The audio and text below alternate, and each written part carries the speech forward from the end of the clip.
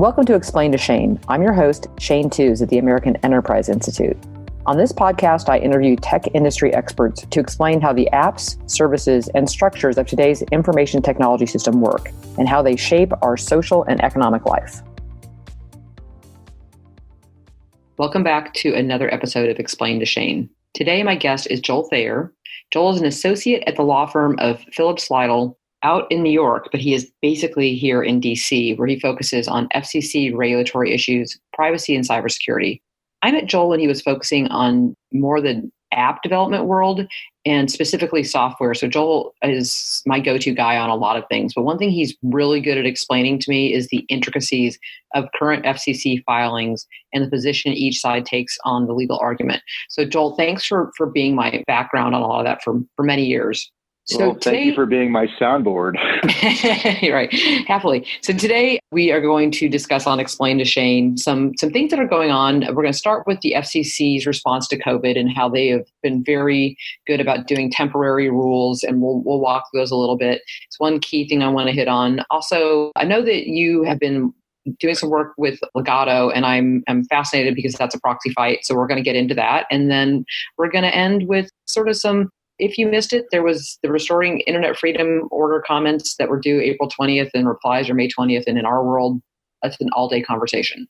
So that gives you a little highlight. Joel, welcome. Let's start with what's going on with the FCC and COVID. What temporary regulations have they been changing that have hopefully been making broadband easier for American citizens?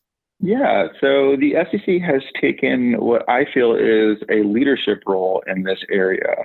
And they've done three key things that I think are important to help out in this time of crisis. The three things are as follows. One, they had carriers take a Keep America Connected pledge, which we'll go into a little bit. Secondly, they opened up a lot of spectrum to augment our Wi-Fi footprint and increase capabilities, especially for wireless internet service providers or WISPs. Lastly, they implemented a lot of subsidy programs that have been focused primarily on telehealth capabilities and also connected education. So they're doing a lot, and it's them in conjunction with industry, I think, have positioned us very well to increase our abilities in the broadband space. Yeah, that's really interesting. So I know they have the Keep America Connected pledge, and they've recently extended that till the end of June. 700 companies and associations have agreed to work with the chairman on this. And when you say carriers, you mean both what we traditional telecommunications companies as well as cable companies. And is there anybody I'm leaving out? You said WISPs. Explain to what are WISPs again? Yeah. And yeah, you're right. It's traditional carriers being, like a Verizon and AT&T, even fiber optic cable operators, I believe, are part of the list. I'm not entirely sure, but I'm almost certain it is. But specifically, it's targeted at wireless internet service providers, which are called WISPs. WISPs are primarily based in rural areas and rely heavily on spectrum in order to provide internet-based services for those who live in, middle America and enter any small rural town here. And so it's critical for them to access the spectrum that allows them to augment their services. So some of the things that the FCC has done in that way, on top of the pledge, is also to open up spectrum for Wi-Fi capabilities. And specifically, there are two items that the FCC has promulgated that has really pushed us forward in that regard. One is the 6 gigahertz proceeding. And 6 gigahertz is just basically radio frequency spectrum that wasn't traditionally used for Wi-Fi, but through a lot of extensive research and also testing, and also previous usage, the FCC has identified this spectrum frequency as a key element to increasing our Wi-Fi footprint. The other frequency is literally, so that so spectrum basically is, think of it more like a layered cake. And the next layer right underneath 6 gigahertz is the 5.9 gigahertz band. And the 5.9 gigahertz band, it was traditionally used for auto manufacturers to provide public safety capabilities, which arguably hasn't been used, but in this instance, the FCC has temporarily allowed it to be used, the 5.9 gigahertz band, to make a more contiguous Wi-Fi spectrum frequency. And contiguous just means that now it goes from using one layer of the cake to using a larger portion of the cake to just enjoy for Wi-Fi purposes. So that is basically. So when Wi-Fi gets congested, it allows it to kind of, it's sort of like a radio dial that it's always seeking the best outcome. And so if we open 5.9 next to 6 gig and we're using 6 gig for new Wi-Fi purposes, it's just kind of helping with the congestion. Do I have that right? Exactly. So, and this is a big concern, particularly with WISP who have rural customers. Now that many of us, due to COVID, have been in isolation, we are relying very heavily on our broadband capability to do things like, anything from streaming Netflix shows to getting on Zoom calls to doing just basic things, even, going as far as ordering groceries online. So with all of that traffic on traditional frequencies, we require more bandwidth for that. And that is what these two proceedings seek to accomplish. And frankly, it's a very wise move on the part of the FCC. So they're giving Wi-Fi more real estate. Am I okay Precisely. to say that? Okay. That's exactly right. I like the analogy because we all know that we have to make best current use, or whatever the challenges are when you're deciding how to use physical space. And then now we're doing that with spectrum, which is how do we best use this, for the purposes of what it's needed. And so what's interesting is that the FCC was able to do this on a temporary basis, realizing we had all of a sudden a lot more people using bandwidth for entertainment, working, education. Talking to the network carriers, it is kind of fascinating. They said it hasn't so much been that it's such a gigantic uptick if you look at the, how much usage a peak is, but he says it's more steady, that it's all day long. And that the minute they wake up, they're online until the minute they go to bed. Where before you would see kind of highs and lows during the day where people would actually be going out doing things where they weren't using a Wi-Fi connection, which I think for most of us is, I know I'm on it all day long. So good for the FCC.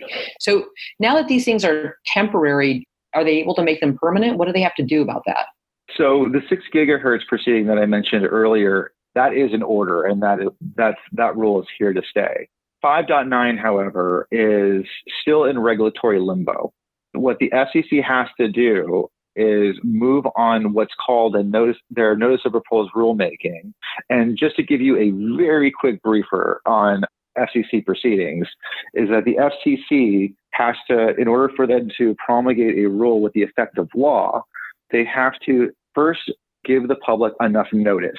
That would meet their statutory obligations under what's called the Administrative Procedures Act.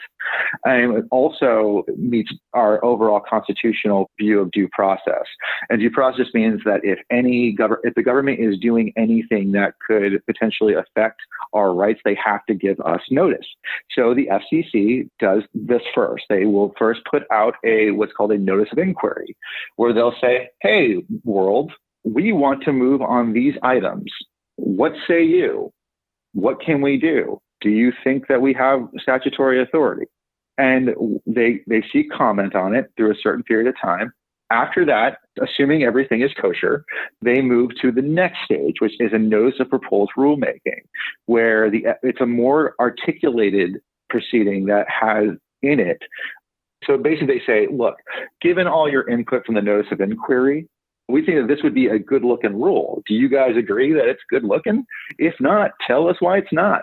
And we will take that comment, and then we will potentially create an order or a rule out of that proceeding. So for 5.9, which ultimately results in a final order or rule. So for the 5.9 proceeding, we're in the middle part. We're still in the notice of proposed rulemaking area. And I believe that comments have just closed either a week or 2 weeks ago. So the next stage for the FCC to move to make this use a little bit more permanent is to now move on to creating an order. So for now, it's temporary, but once the FCC moves on its previous NPRM, the rule will be here to stay, but it has to move on this rule before it becomes anything less than temporary. I believe I have this right. Like T-Mobile was able to come in on the 5.9 temporary expansion because they're working on, changing up their networks. They recently have, merger merger issues that they're working through, trying to become the big third carrier. Can they go back to the FCC with use cases and say, here's what we did with it? Here's kind of the great things that happened while we had 3 months of opportunity on 5.9. Can they include that on an NPRM? Oh, absolutely. And they would probably do that through what's called an ex parte. And ex parte is it's outside of a traditional comment. And so going back to the idea of the notice and comment period where the FCC gives notice and you comment, another thing that the FCC does or allows for, or its rules allow for, is for folks like T-Mobile who say, hey, we have been using 5.9 on those temporary basis. We've seen a lot of successes here. We've also seen some interference. Here's what we have done to, ensure that we are providing the services that we promise, while at the same time ameliorate any of the concerns that have been previously noted in the NPRM. So they can absolutely still add that to the record before it becomes a rule. So yes. So NPRMs tend to be both technical and legal, and maybe a little bit rhetorical. Yeah, a little bit. It's a bunch of legal fictions, really. Okay. Well, the other thing I think has been interesting to watch, because you and I focus a lot on the FCC and the tech space, and I haven't watched it as much in the other agencies, but I have in the news reports seen that the FCC has gotten a lot of kudos for realizing the encumberment and figuring out how to waive things either temporarily or clearing the path. And one of them has been the gift rules that broadband providers needed for, especially rural, around remote learning and enhanced capacity for Wi-Fi spots, network gear, and the ability to basically, I don't know if we're calling it lending, borrowing equipment because people just haven't made the investment. And they realized there was a gap. That's that last mile challenge that you may have it up to a certain point, if they call a node, and that, to get to the next extent. And one example you hear a lot about is, kids that don't have Wi-Fi in their home were used to going to a McDonald's or a coffee shop. And that's where they were actually able to sit down and finish their homework. Well, obviously we got a lot of these coffee shops and restaurants aren't open, so their Wi-Fi may not be available, and they needed to bring that capacity home. So I think it's been really fascinating to watch the waiving of the gift ban rules. And I think that also extends to medical and telehealth as well. That's correct. And I think that a lot of that had to do with the extra monies afforded to the FCC through the CARES Act. The FCC was allotted by Congress an extra $200 million to provide to health providers that wanted to augment their telehealth capacities. And that, from both a public health perspective and also a telecommunications perspective, is incredibly crucial in the fight against COVID, because, as you know, social distancing has been sort of the term of art that has been blasted throughout the news media and everything else. Part of that social distancing requires connectivity. And especially when it comes to, if we have to be distant, how do we make sure that the right, as you noted, low income folks are oftentimes miles away from hospitals. They need to be able to get that affordable care. And so the FCC, along with partners in Congress and also HHS, which is the Human Health and Services, essentially came up with a plan to, relax telehealth rules so that way these low-income folks can access these Wi-Fi capabilities that you expounded upon, while at the same time remotely describing symptoms to their doctors to see whether or not they should come into the hospital. And I think that ultimately the FCC has done a great job in trying to really expedite a lot of these proceedings so that we can get the connectivity that we need to provide the health to a lot of low-income folks. Although it's been a very complicated few months, I think the FCC has taken a serious leadership role, and them, along with the HHS, should be applauded for some of the opportunities they've provided, especially in the broadband space.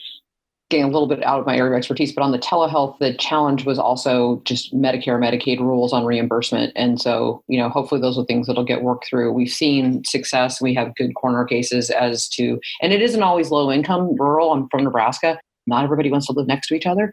And then understanding from a, carrier's perspective, sometimes those are hard people to get a hold of because they live far away on purpose. But again, wanting to be able to stay in place, stay at home while you're having a medical issue, not have to be next to a hospital. That's another area where they've been able to expand. So hopefully we'll see a lot of these things that will actually become permanent, as you have noted. As well as, talking to my friends, I don't happen to have children, but what's going on with remote learning and how that's going. Have the governors and states and local districts, they've been collaborating with the FCC on these rules as too? That seems like another layer that they have to get through.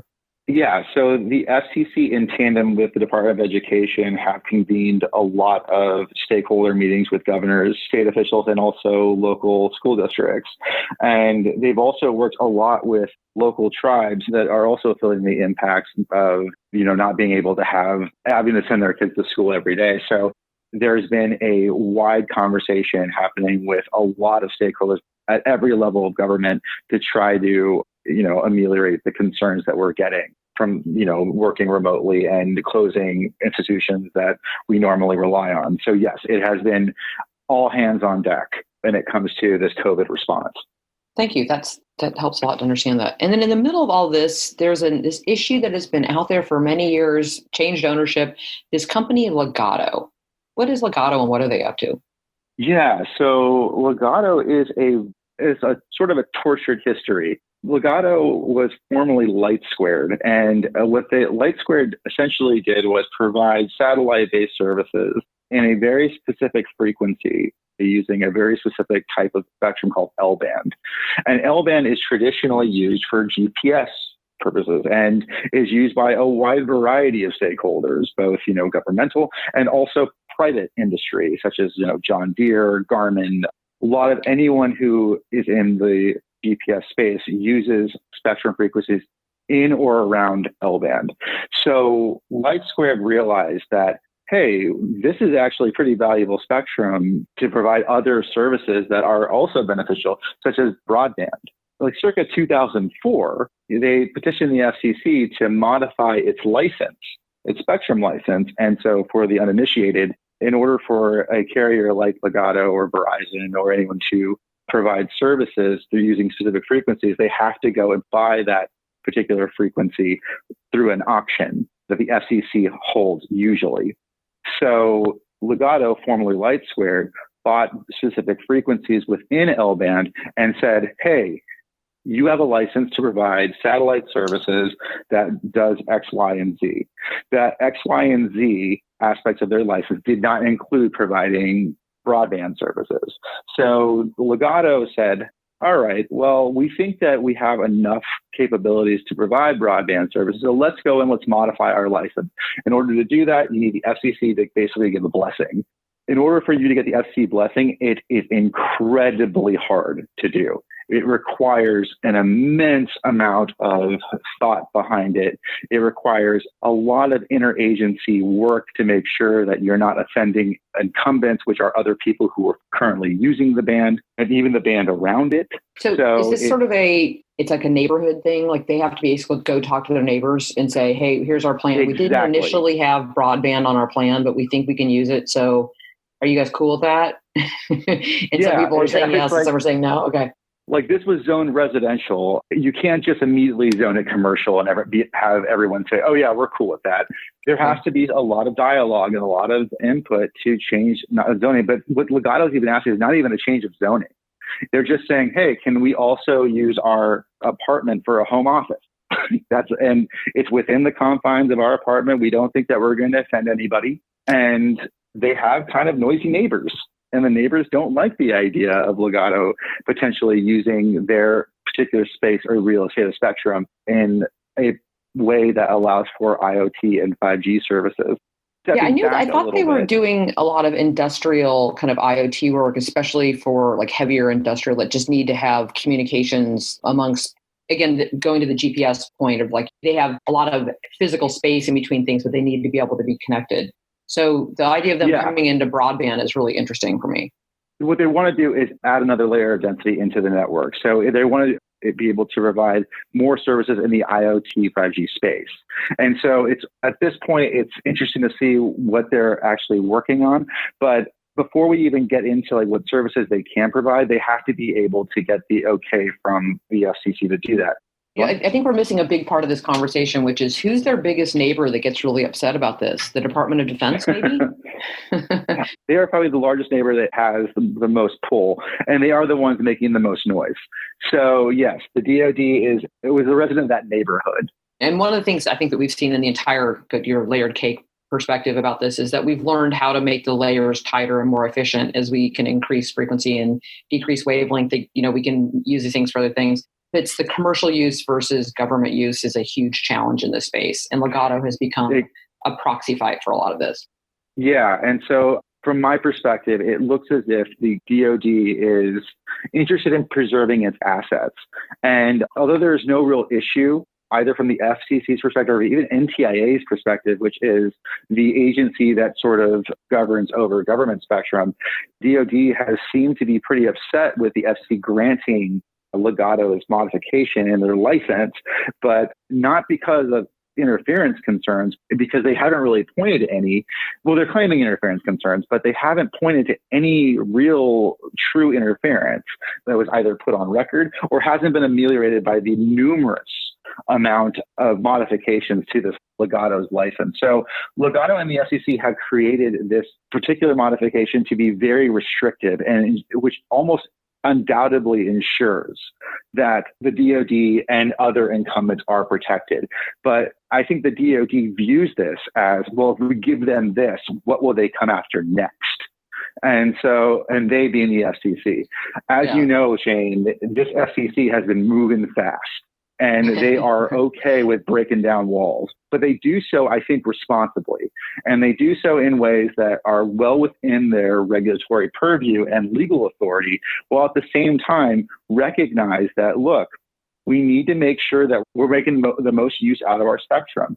And Legato's modification is a good example of how we formerly used spectrum for X, Y, and Z purposes. Now we see that there's actually it could range from whole letters of the alphabet that we can use, or we can use this particular piece of the spectrum. Why are we preventing this? And when this is a clear win-win for everyone, we get more competition in the mobile space. Stakeholders can use spectrum in ways they couldn't. And now, while at the same time fully protecting all of the government interests and private interests in the adjacent bands. What's the issue? And frankly, I think that the DoD is looking at this and getting kind of nervous, saying, well, if we say yes to this, then it'll be harder to say no to something else. And so I think that DoD is drawing a line in the sand saying absolutely not. It'll be interesting to see what reasons they really proffer, and if they actually do have interference concerns that they haven't shared in the 10-year span of this proceeding being in front of the FCC. Frankly, I doubt it, but I think that this to them, they're treating this as a life or death. But I think, as you noted, Shane, this seems to be a proxy for another issue that they have with the FCC specifically, and Legato is just caught in the middle. Give us real quick timing. What happens next? The FCC has already granted this modification. Okay. And what we're waiting for, in order for it to become effective, it has to be in the Federal Register. So there's really no action that needs to be done on the part of the FCC or anyone else. But the problem that you're going to run into is that once it gets into the Federal Register, you can challenge it in court, or, obviously you can always go to Congress, and Congress can say, shame on you, FCC. We are rewriting statutes to make sure you can't touch L-band. The likelihood of congressional action, in my view, is very, very low, mainly because the Armed Service Committee seems to want to take the lead on this issue, but it's not clear to me that they would have the appropriate jurisdiction over the FCC, which is usually reserved for Senate Commerce Committee or Energy and Commerce on the House side.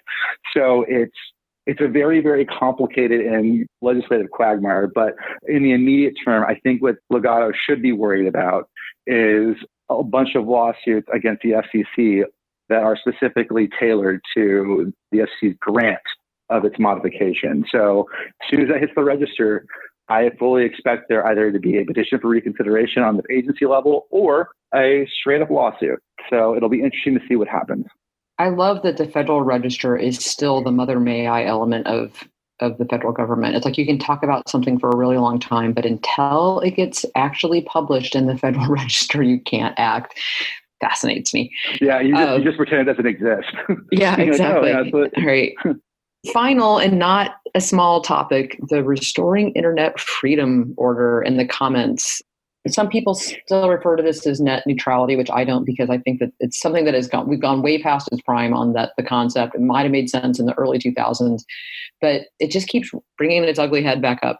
So what just happened April 20th? I know there were comments, and then we have reply comments on May 20th. Can you just break that down for us a little bit and what the key issues were? Yeah. So ultimately, this is a question from the DC Circuit, or a request from the DC Circuit, that the FCC, pursuant to a lawsuit called Mozilla v. FCC, explain how its change in classification of broadband services going from a telecommunications services, which was done in 2015, how its reversion back through the Restoring Internet Freedom Order that happened in 2018, how that would affect some other policies. Title I versus Title II. Information services has been what broadband has been for a long time. It just was how the zeros and ones flow. And then certain people thought that it needs to be treated more like a old-fashioned telecom carrier. Is that correct? That's absolutely right. So it goes back to first, I was going to say, let's talk, what is net neutrality? And because that's basically this conversation is just an extension of that conversation. And net neutrality at its highest of high levels is how the internet should be regulated from the perspective of the Federal Communications Commission, or at least it's devolved in that kind of conversation. And so the baseline is free market versus government control. Am I oversimplifying that? That is precisely what it is. It's just a philosophical difference. Do you think that the FCC should do a Title I free market perspective, or should it be regulated like a traditional telephone that existed in 1934, which is Title II? Ajit Pai and the current commission in 2018 said, why in 2015 are we regulating this like a 1934 telephone? The internet is very broad, and market and competitive forces should be determining how ISPs interact with not just its consumers, but also its edge partners like a Google or Facebook or other major tech companies. So the FCC also recognized that, hey, the internet has been running on a Title I free market regime since the dawn of the World Wide Web.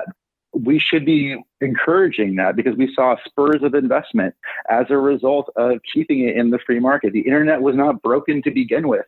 Why are we overregulating something that is clearly working? So the Restoring Internet Freedom Order really just brings the internet back to what it always has been, which back to the regulatory framework has always fallen under, which is a Title I information service. A couple of things that just recently, I think, brought this to light was, people were concerned about how are the broadband networks doing during COVID, and we're seeing there was a request by some of the European countries, European Commission, back in March going into April with Netflix and YouTube, and there was a misunderstanding that while the systems are quite similar, they are still parts of Europe that are running on DSL, which we have mostly been off of for quite some time here in the United States, which is a decision about, free market again versus government control. So I just want to inject that because it's an interesting proof point. Yeah, no, and that goes precisely to the investment point. So in 2018, once it hit the Federal Register, a lawsuit immediately started to ensue, and it was put forward by the leading petitioner in the DC Circuit, Mozilla. Mozilla basically asserted that, hey, the FCC can't do this. The FCC can't go from Title I to Title II so easily. They have to justify it. And the DC Circuit mostly said, I don't think so. The FCC did everything almost perfectly, but we would like them to clarify. You're right, Mozilla, that they should clarify a few things for us. Could you go back, UFCC, can you go back and seek comment on 3 specific items? How your Restoring Internet Freedom Order actually affects public safety, or how it actually affects your other initiatives on poll attachments? And also, what does this do for Lifeline? So if you can go back and do that, we bless your order categorically, but you should go back and make sure you seek comment on that to make sure your record is absolutely complete and airtight. So that's what the FCC is essentially asking in this notice, where the FCC is saying, look, pursuant to our order from the court, we are asking, how does the Restoring Internet Freedom Order either help or hurt our initiatives on public safety, poll attachments, and Lifeline? And it turns out that it really doesn't. If anything, the Restoring Internet Freedom Order helps more than it hurts, if it hurts at all. What it actually does, with the Restoring Internet Freedom Order, allows a lot of these things, a lot of things like in public safety, to really engage with private stakeholders to come up with more priority access agreements that will ultimately save lives. On the poll attachment front, that's going back to the investment part of the discussion, the Restoring Internet Freedom Order has actually had the proven effect to increase broadband investment and broadband deployment investment, which is integral into the conversation of pole attachments, which pole attachments, if for the unfamiliar, are just a specific type of deployment regime that allows carriers to slap antennas onto, a light pole or something similar, existing infrastructure, basically. The idea is that those types of deployment mechanisms will densify our networks.